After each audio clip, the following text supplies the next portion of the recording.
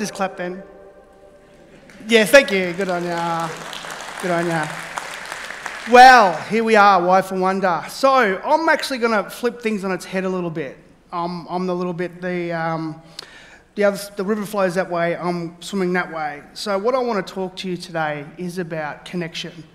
And in one of my languages, we call that waiapa. And waiapa is really just the word that we use for energy connection, energy exchange, acknowledgement, recognition. Waiapa has all these different levels and layers. And what I want to do, because as you know, I am an amazing singer, I want you to sing with me today.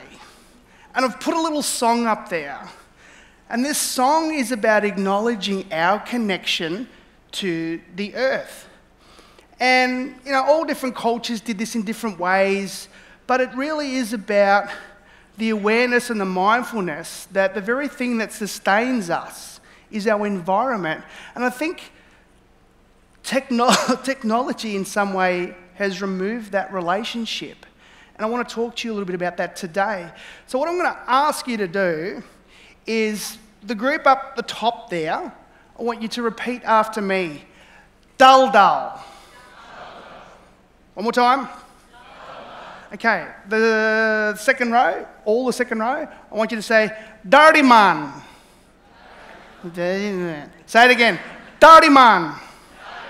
Okay, so from this side of the room, warigala. Better, see that? Learn. Wurik. There you go, they've upped it too, good. So let's go again.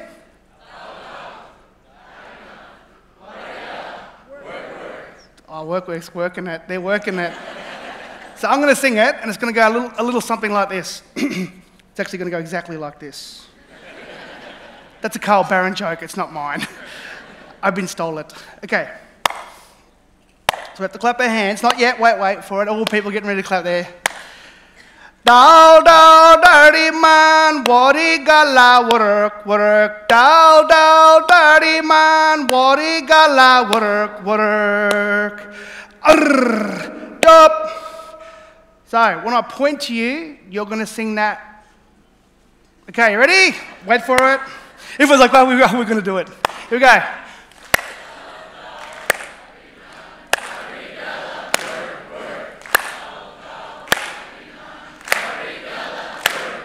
Oh yeah, that's it. Let's sing it all together, here we go.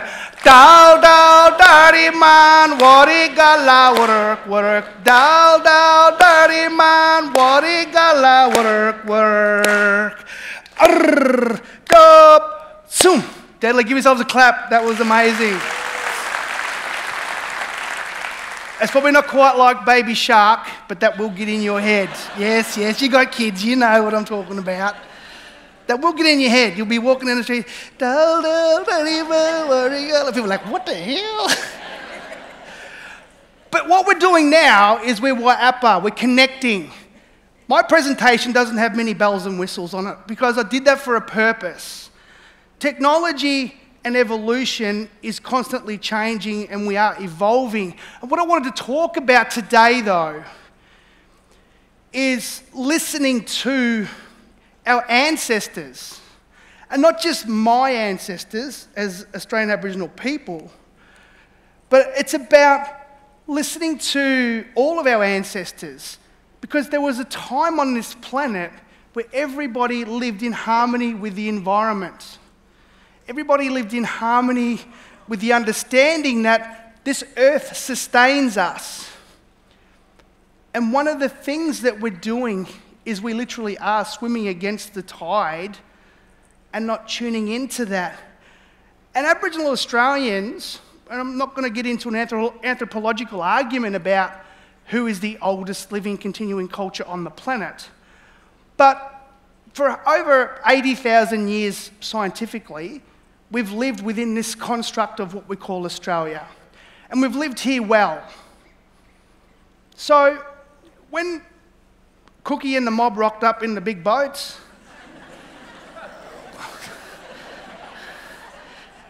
they got out and they went, What's the go with these guys? You know, they're walking around. Where's the wheel? Charlie Darwin jumps out. Gee, these not that involved, are they? They've got no wheel. They've still got stone tools. But surely the measurement of evolution or intelligence is to be able to live with your environment well for a long period of time. Surely. That's got to count for something. So as humans, now that we're a global village, surely as humans we have to think about that old model. Yes, we've got all these whiz-bang things of technology.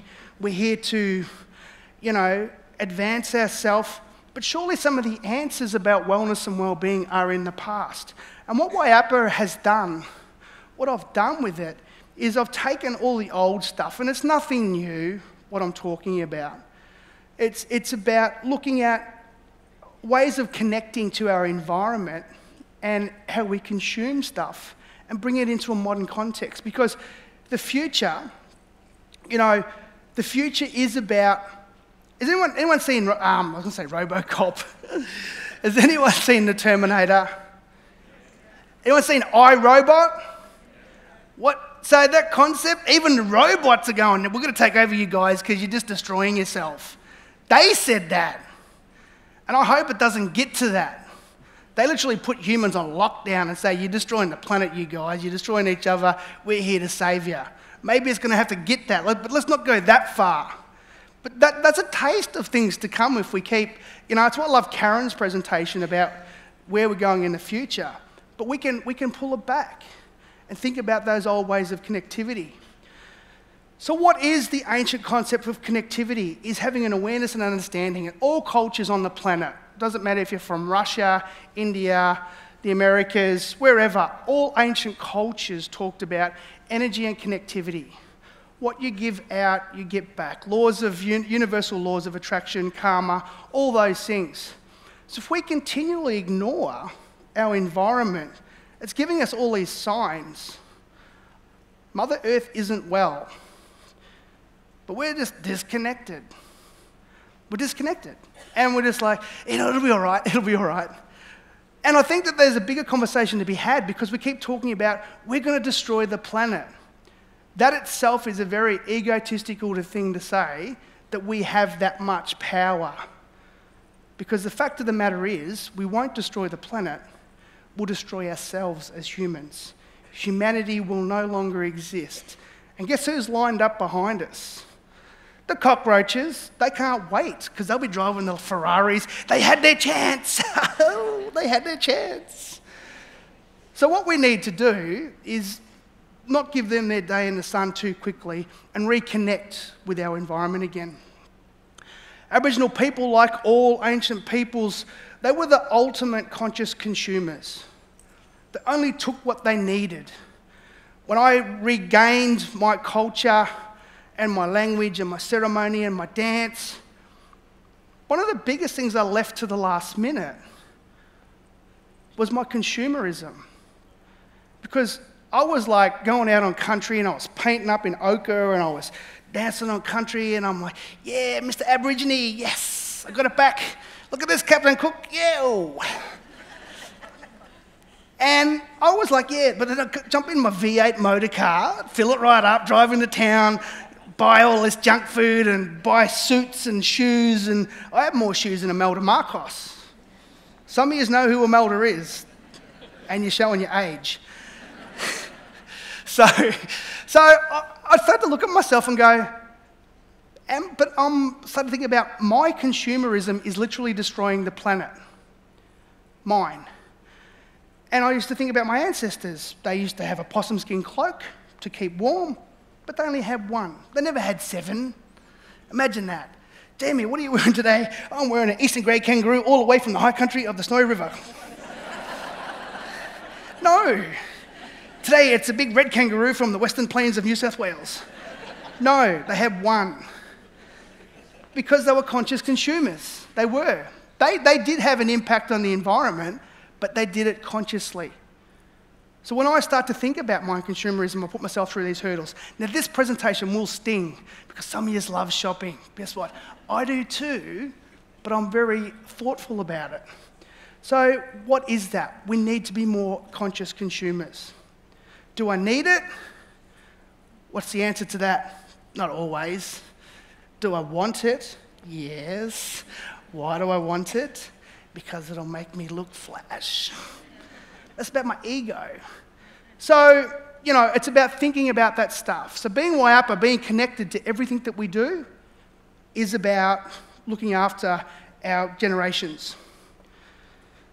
So that whole concept, hunters and gatherers is a very rudimentary term for people who go out and pick stuff up, hunt stuff. We're still hunting and gathering. We're still doing it. This doesn't look like that anymore. Go to work, get the money, come back, shop for food. Same thing, we're still hunting and gathering. So it's about taking only what we need and, looking after it. So what happened? What happened for us to disconnect from that relationship? I asked an audience in Melbourne yesterday, when do you think the disconnection happened? And some people say, the Industrial Revolution, or the advent of agriculture. And there's a lot of different things. I was watching a documentary the other day, and they actually said humans as a species peaked 15,000 years ago. I was like, what? I would have thought at least maybe a couple of thousand. 15,000 years ago, they reckon we peaked as an intelligent species. So think about Homo erectus, Homo sapien. So human that can walk upright to intelligent humans. Ask yourself, are we Homo sapiens? So it's about, has anyone seen that cartoon? There's a drawing of a chimpanzee going from crawling to walking to this, and then all of a sudden there's a guy with a laptop, and then he stops and goes, go back, we've stuffed it up. We've stuffed it up, we're going to go back. I think we need to do that in some way. And with that mindfulness of going back to go forward. So when we talk about well-being and wellness, we always talk about the now, the me. Mind, body, and spirit. The holy trinity of well-being. When I went to a Mind, Body, Spirit festival, I walked in, man, I was getting chakras thrown around and crystals and smudge sticks, and I was like, wow, this is amazing. There was cultures all over the planet being represented. And I said to my partner, Sarah, but they're missing a really important point here. And she said, what's that? I said, the environment, the earth, because that's where well-being really starts. And she's like, oh, never thought about that. You need to tell someone about that. You need to develop a modality about that. I was like, what's a modality? So we created Waiapa as a mindful meditation, movement, connection practice. So that sits alongside the Tai Chis, the Qigongs, the yogas, which are amazing modalities. But I think one of the things that's been lost with some of those is the real meaning and purpose of them. So Waiapa is about making sure that we are mindful of our environment. If that's well, we will be well. But probably the most important point of Waiapa is intergenerational well-being. Have you heard of that before? Put your hand up if you've heard of intergenerational well-being. Awesome. So it's about making decisions today for generations to come. So I love the saying, a wise man plants a tree for the shade he'll never feel. Let that sink in. The environment that we're creating today is that thing. Our great-great-great-great-great-grandchildren are going to be walking around the streets of Sydney. Are they going to have clean air? Are they going to have fresh water to drink? Is the food going to be healthy? So Waiapa is about rethinking and re-envisaging what we're actually doing with our environment. They're just some of the things that I believe that are contributing to that. We've stopped being a village. Just recently, I've started to buy my groceries from a little organic farmer down the road. He's like, oh, that's awesome. Because I'm employing him, I know my food's going to be healthy. And, there's challenges. I have to turn off MasterChef because they tell me, you need an aubergine because you need this aubergine pate. I ring him up, hey Steve-o, you got any aubergines? Nah, they're out of season. Oh, damn it. I've got to wait to make my aubergine pate. Or I could get one from Brazil that's been imported and frozen and injected. And so, these are the things, the village stuff, the ego stuff I talked about. Do I need 25 suits? Or if I do need 25 suits, are they made of ethically sourced material? How good would that be? Kim Kardashian walking the stages with organic flowing cotton dresses or whatever, and that's talked about, as opposed to, who made it. They don't talk about where it was made or who made it or things like that. And the distractions, they're always there. You need this to look like this. The suit maketh the man. All that sort of stuff, the distractions, they take us down this path of forgetting where we really truly are. Again, so if we're so highly evolved, why aren't we healthier and happier? We're living a lot longer, supposedly, but how and why? There's a great picture, I didn't bring it today, but there's a great picture of 3 Aboriginal elders. They're in their 70s, and they've got bodies of Greek Adonises. They are amazing, they are ripped up. I looked at myself and went, ooh. I have these goals, I've still got 30 years to look like that. I keep telling myself that. I'll be 70 and look like that. Trying to Google technology to help me look like that. So why aren't we?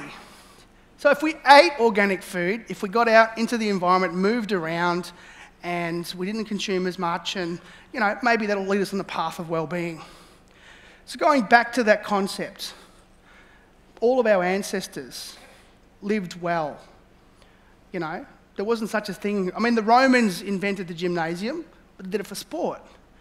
We do it to keep healthy now.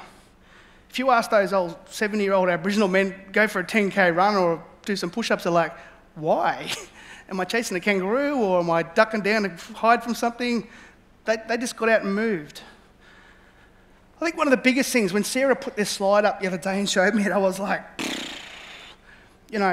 we get a little bit too worried about living for the now rather than living in the now. Because we go, oh, well, I'm not going to be here in 20 years' time or 30 years' time or 50 years' time. I don't care. Again, it's about taking out the selfishness and thinking about well-being in a generational concept down the track. So going back to that point is that we're not separated from our environment.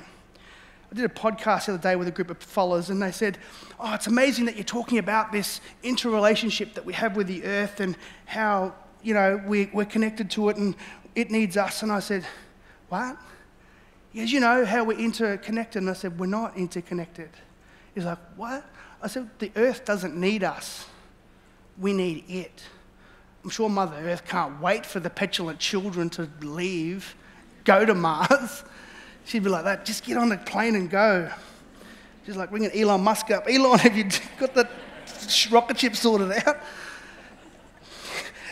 So we're not separate from it. And how crazy is that? Here we are looking for life on a lifeless planet because we've already predetermined that we're doomed to wreck this one.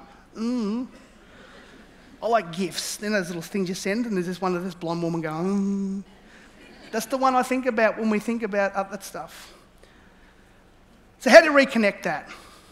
The mindfulness.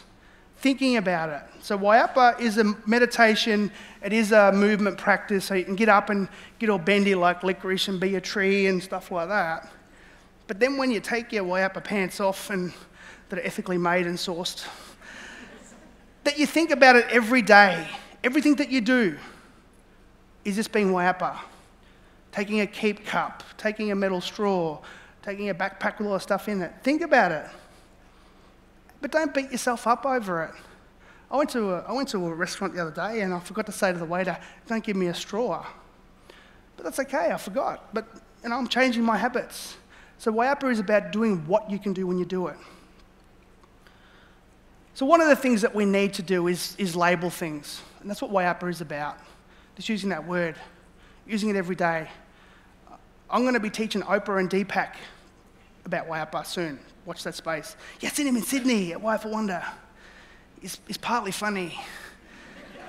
And it's about using that word, and that word is about well-being for ourselves, but well-being for our environment. So it's going back to those concepts. Technology is amazing. We need it. We want it.